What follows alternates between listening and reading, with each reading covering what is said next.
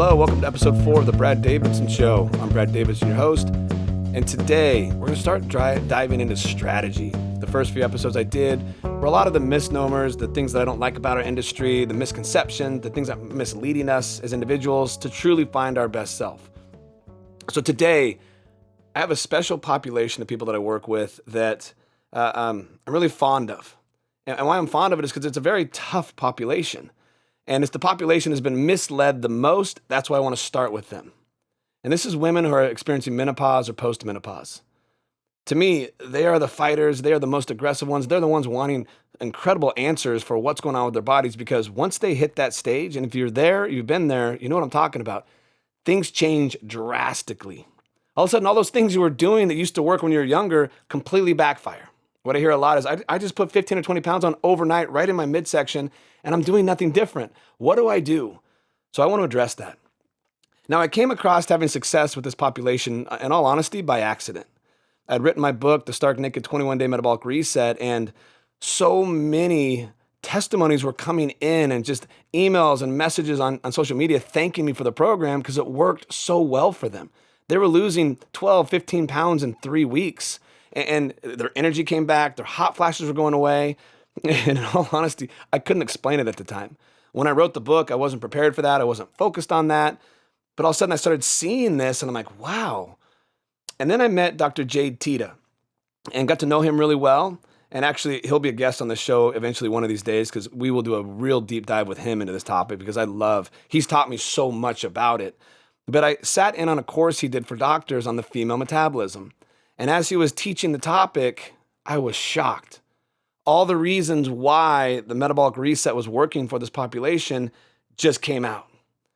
And so from that point on, I got real aggressive with it. I loved working with women that had tried everything and were getting nowhere fast or getting worse. So often what I'd see is these poor women would be working twice as hard as they ever had, depriving themselves of food, doing everything they're told to do, go harder, do more, eat less, and just getting worse and worse and worse. And I wanted to change that. And so what I'm going to share with you today is what I've learned in my experience, a little bit of what I learned from Dr. Jade Teta, and then what it's looked like in the real world scenario. Now, this is my interpretation of it. I'm not going to go into depth. I'm not a doctor. I don't have a background in hormones or any of that kind of stuff. But I just want to share with you what I learned and then how I took that and have implemented it and give you really good strategy. So if you're a woman in menopause or post-menopause or approaching menopause, to help you battle this, to help you beat this. So I want to start with the number one thing that you need to understand, and it's what's going on with your hormones and how that impacts the body. You see, for 60 years, they studied metabolism. The first 60 years of studying metabolism, they focused on a single group of people. They were college-aged men. And that's what the studies were done on. And then all the information coming out was then passed on to women to say, here's what you should do to have a healthy metabolism to lose weight. I understand very well because I work with both populations. I work with young male athletes that are in college, and I work with menopausal women. They are very, very different metabolisms.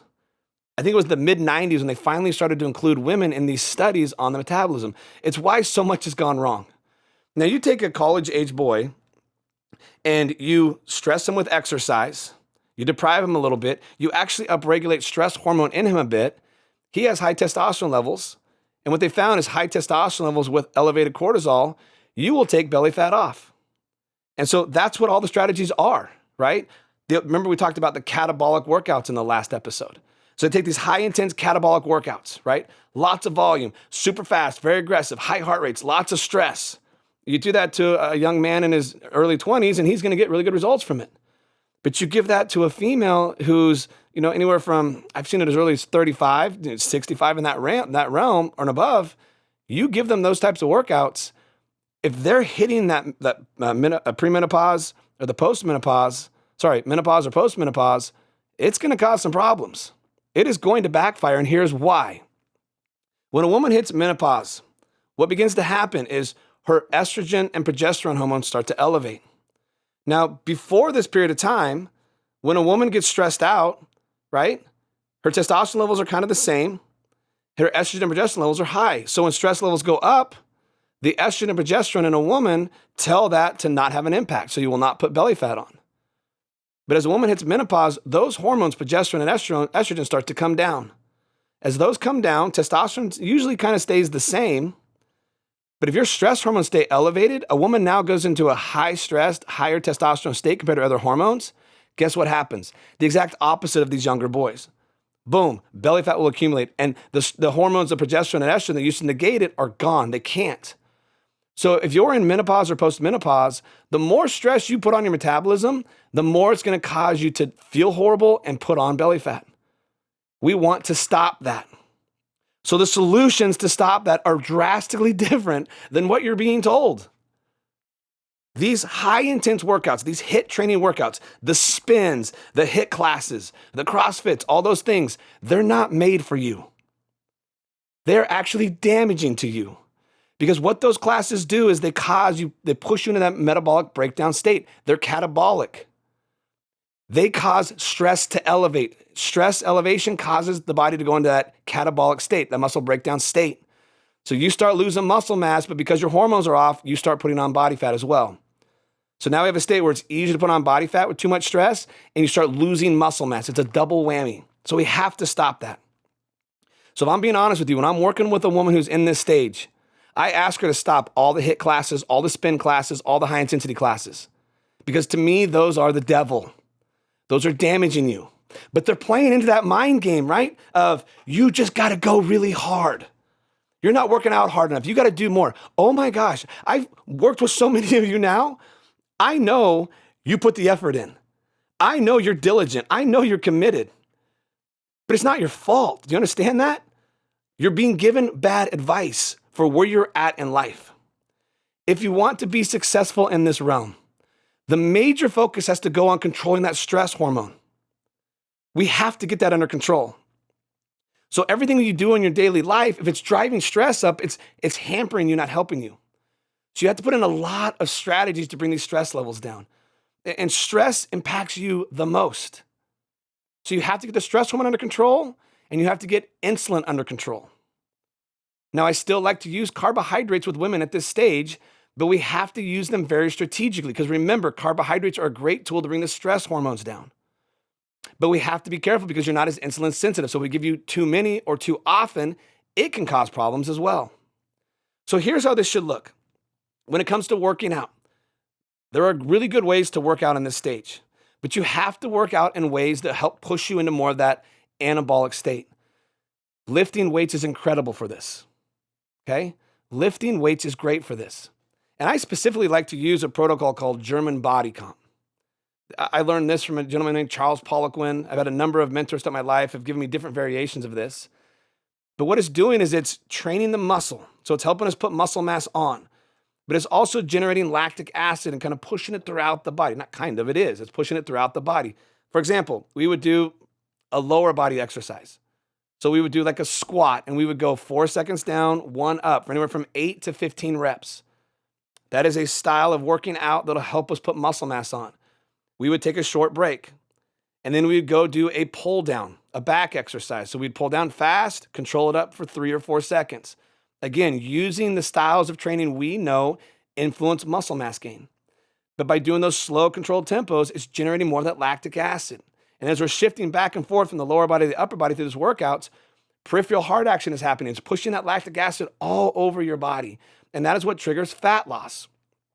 And we keep these workouts at 45 minutes or less.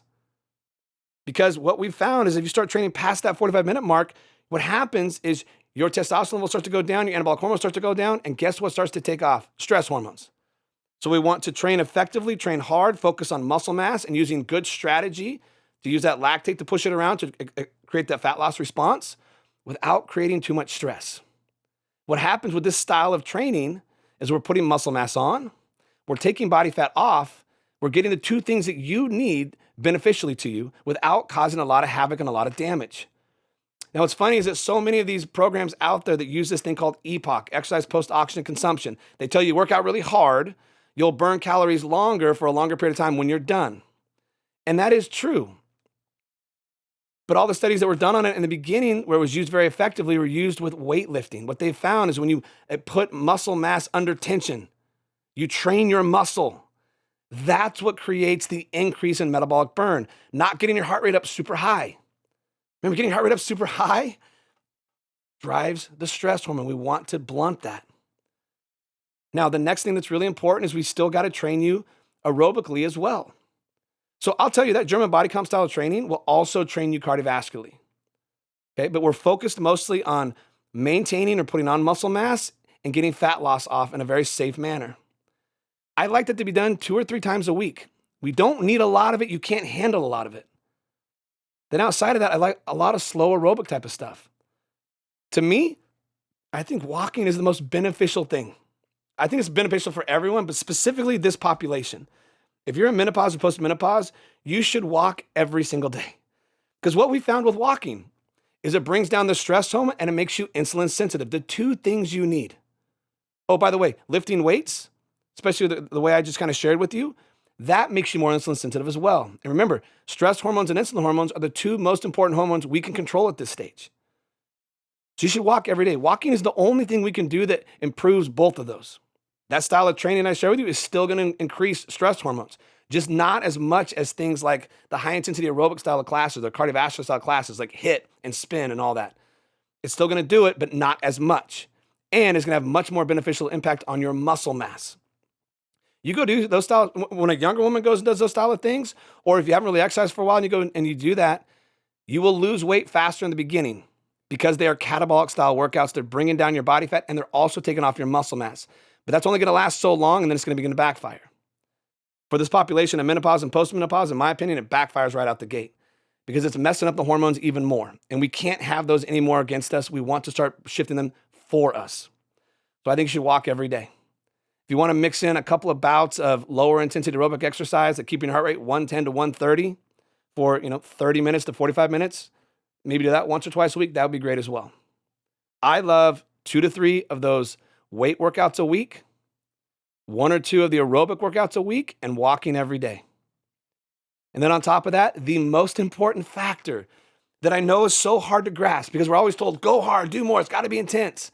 No, the most important factor, start doing things to bring your stress hormones down. Meditation is phenomenal. Again, walking is another really good option because it brings this, but meditation is great. You have to make sure you're sleeping well. You want to know one of the things that really disrupts sleep is the liver. I think that's one of the reasons why my metabolic reset works so well is because if your liver is congested, the little bit of hormones you have left, they're getting backed up and they're not functioning as well because your liver is congested. Fat loss is harder when your liver is congested. Muscle resynthesis is harder when your liver is congested. So I think you also need to throw in a lot of liver support because you improve how the liver functions, you will sleep better. So some very simple strategies for that. Milk thistle before bed is great. Glycine, the amino acid glycine before bed is great. Both of those will help you sleep better because it gives the aid to the liver. So when you're sleeping at night and it's trying to detoxify, it doesn't have to speed up your metabolism so much to get through what it has to get through. You'll sleep better. Magnesium bisglycinate before bed is another great scenario. For me, magnesium bisglycinate, glycine, Glycine, and milk thistle are a great pre-bed supplement routine to help you sleep better. Remember, when you sleep better, there's less stress hormones running through your bloodstream the next day. It's beautiful. So walk, meditate, make sure you're sleeping, support your liver. These things will help bring those stress hormones down. Find activities you enjoy. Maybe it's painting. Right? Creative outlets are really good at bringing stress hormones down. Another simple thing, you wake up in the morning, a lot of us wake up, our mind starts spinning out. If you just write down all your thoughts, take 5 or 10 minutes, just write down all the crazy thoughts in your head, get it out, and then crumble it up and throw it away. You'd be shocked at how much that brings stress hormones down. It clears out all the junk in the head that's spinning out of control. It's beautiful. So lift weights, a little bit of aerobic activity, walk a lot, de-stress, de-stress, de-stress, de-stress. The more you can get your stress hormone levels down, the easier it's going to be for you to lose weight. You get those stress hormone levels down, you strategically use exercise like I just shared with you, you will be shocked at the results that you can get. I was just talking to one of my clients this morning, 45 years old. She's already dropped 12 pounds. She did the reset and exercised exactly how I laid it out for you, and then followed the nutritional advice we'll go over here in a minute. She's down 12 pounds, working out half as much, feels great, sleeping great, just shocked because she could not lose weight to save her life at a certain point. And so here are the strategies that we use. That was the most recent one. They're incredibly effective. You've got to beat stress if you want to lose weight, feel great, and look great in that menopause or postmenopause state. Now, when it comes to nutrition, remember, we have to focus on insulin sensitivity. So carbohydrates can become a problem. Now, I don't like going completely non-carbohydrate. I don't like going on those low carb, no carb diets because those help push stress. Yes, stress can help us lose body fat, but in your situation, it's raising havoc. So we want to do things to improve insulin sensitivity. So we go no carbohydrates at breakfast. I always start breakfast in a no carbohydrate state. Unless you're the person who wakes up with anxiety in the morning. If you have anxiety in the morning, that's the one time I like to use carbohydrates at breakfast. So I would just throw in some oatmeal or something like that at breakfast. Not a lot, maybe 40 grams worth of carbs of oatmeal with your protein. But if you don't have anxiety in the morning, let's start off with proteins and fats. Have a couple eggs and half an avocado, for example. That will really help set the tone for insulin sensitivity throughout the day, okay? When you get to lunch, I like to keep carbs out at lunch as well. With one caveat, if you've worked out before lunch, I like to have carbohydrates with lunch. So if you worked out before breakfast, you worked out before lunch, I like to add about 40 grams of carbohydrates in at lunch. So have your protein, have your vegetables, and have some carbohydrates if you've worked out earlier in the day. If you have not, continue to go no carb at lunch. So lunch would just be, for example, chicken breast and a bed of salad with olive oil vinaigrette dressing. Keep that insulin sensitivity going. Now, when we get to dinner, I like every person I work with to have carbohydrates at dinner. Why I like this is it brings the stress hormones down. Again, we have to create a lifestyle around battling this hormone of stress. You have carbohydrates at dinner, insulin will go up, it'll bring the stress hormone down and help put us in a better state to drive better sleep. I call it fuel the fire. You have carbs at dinner, it calms everything down, replenishes muscle glycogen. And then when you do that sleep stack to help drive better sleep, and we sleep better throughout the night, we wake up the next morning with less stress and more energy to train the next day because we've completely recharged. So that's how I like to do it, is I like to go no carbs at breakfast, carbs only at lunch if you've worked out before lunch. If you haven't, no carbs at lunch, and then always carbs at dinner. And carbs at dinner is usually going to be anywhere from 40 to 80 grams. If I'm trying to get women to drop fat, I'll keep it at 40. If they've leaned out a bit and they're feeling better, I'll bump it up to 80. I like to say earn your carbs. So the leaner you get, the more body fat you've dropped, the more we want to up those carbs to improve that whole process. So again, 40 to 80 grams at dinner, 40 grams at lunch if you've worked out. If you haven't worked out, none at lunch. I hope that makes sense. If you have questions, just put them in the comments. Now, the reset works because the reset is focused on supporting the liver, bringing down stress pathways, and improving gut health. It also improves insulin sensitivity as well. That's why that book works so well. So if you're in a really bad state, you're out of energy, you're just super frustrated, nothing's working, you've been working out really hard, my number one suggestion is start with the reset. And when I have people do the reset, I like it to be really mellow working out. Like I prefer when I do my reset every year, I only walk in that 3-week phase. We're loving on the metabolism, letting it catch up, on the liver catch up on what's behind on, get your insulin sensitivity back in place, and really bringing down the stress hormones. Do that for 3 weeks and then move into exactly how I've just described it for you. The training methodology, right? Limit your workouts, but keep them to weightlifting workouts. And I'm sorry, I know most of you don't want to hear that. Everybody wants it to be the high intensity stuff, the cardio stuff.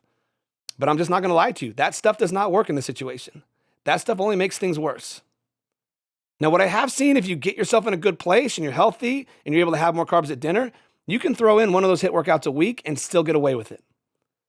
But if you're in a bad place, you don't feel great, you don't like how you look, your body fat's up a bit, I would get completely away from that. And typically, people don't want to listen to me, don't want to do that until they've hit a point where they have no other options, nothing has worked, they feel worse than ever, they look worse than ever, they're finally ready to listen and they'll do whatever I ask at that standpoint, and then it works beautifully. So I'm just sharing you the truth of my experience. If you're there, I would stop all that stuff. I would stop all that stuff. If you truly want to take great care of yourself, you will stop abusing yourself with that. The weightlifting is where it's at. And research validates this. Lifting weights is the greatest thing the female can do for her body if you want it to look great.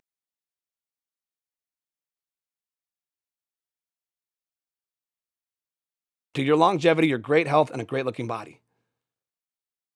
Now, one other thing I want to talk about is hydration levels.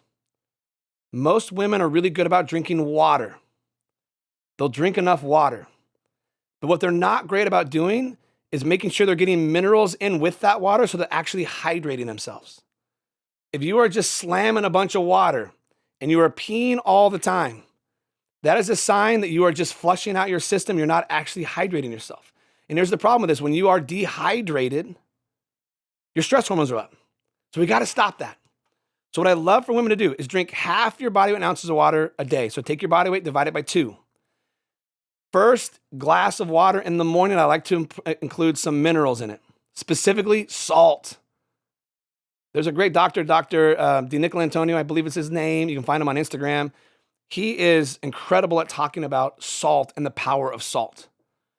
If your salt levels are low, your health is low, you're more likely to have headaches, low energy, because you're not getting the minerals and water into the actual cells to help you.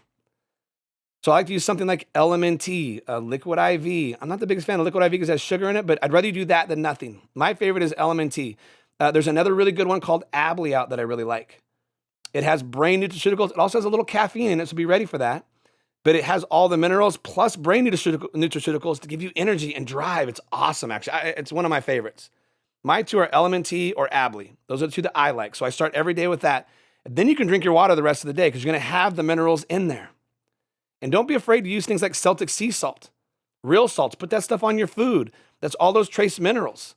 It'll help enhance this whole process and keep the stress hormone levels down. And you'll hydrate better. And last caveat. Be very, very careful and cautious with alcohol. Be very, very careful and cautious with alcohol at this point. Because alcohol will cause the hormones, the good hormones we're already starting to lose, to become even worse. They make you have more stress the next day after drinking, and it actually lasts for a pretty long period of time. If you've had a couple drinks, you're going to wake up and you're going to have higher stress levels than normal just from the alcohol. It also bogs down the liver. Right? It's putting extra exertion on the liver, which we don't need any extra exertion on the liver. We want that thing healthy as possible to help with all the processing of hormones and fat metabolism and all that. So be very, very cautious with alcohol. I would highly recommend limit it as much as possible, if not completely. If you truly want to feel great, look great, and have great energy, there was a great podcast recently done by, it's called Huberman Labs.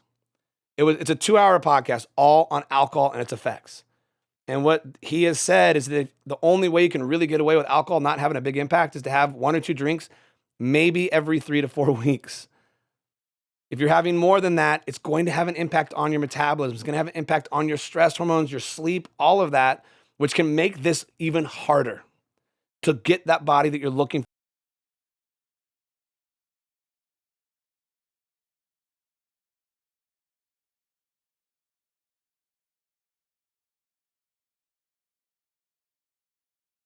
for you. Walk a lot. De-stress, de-stress, de-stress. And then be very strategic with your carbohydrates. Drink enough water and avoid alcohol like the plague, because those things are all against you. You bring those on your side, I promise you, it is not uncommon to see a woman at this point lose 12 to 20 pounds in 6 to 12 weeks, and it stays off because your metabolism is now back on your side versus it being a constant dogfight. And my favorite thing that is said, I can't believe how much easier this is. That is the truth. Stop trying to beat yourself up that you're lazy, not working enough, not committed enough, because I know you, and you are. You're the most committed, the most dedicated of any population I work with. That's why I started with you. You deserve the truth. You deserve better strategy and better direction. And I promise you I'll have many, many guests on this show that are much more educated than me in this specific topic to give you all the advice, the strategy that you need to truly get what you deserve. Okay? Have a great week. Next week, we're going to get into more of the men's side of things. But I really want to start with this specific population because this is the one population that I care most about helping because so much is misguiding you and it's just not fair.